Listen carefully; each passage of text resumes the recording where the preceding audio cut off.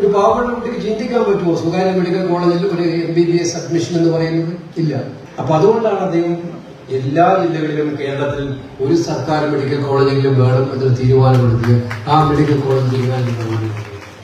അതിന് പിന്നിലെ ചേതോവികാരം അതുമൂലം കിട്ടിയിട്ടുള്ള ഒരുപാട് പാവപ്പെട്ടവരുടെ അഡ്മിഷൻ നമുക്ക് നേരിട്ട് അറിയാവുന്നതാണ്. പ്രത്യേകിച്ച് പാലക്കാട് പട്ടികജാതിക്കാർക്ക് വേണ്ടി മാത്രമായിട്ടുള്ള അവരുടെ നേതൃത്വത്തിലുള്ള ഒരു കോളേജാണ് പാലക്കാട് മെഡിക്കൽ കോളേജ് ഉണ്ടാക്കിയത്.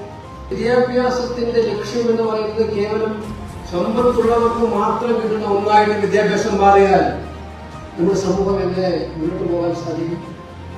ഈ ചിന്താഗതി നന്നായിട്ട് അലട്ടിയിരുന്ന ഒരു മുഖ്യമന്ത്രിയായിരുന്നു നമ്മുടെ ഉമ്മൻചാണ്ടി. ഉമ്മൻചാണ്ടിയുടെ സ്പർശം കിട്ടാത്ത ഒരാള് വളരെ കുറവാണ്.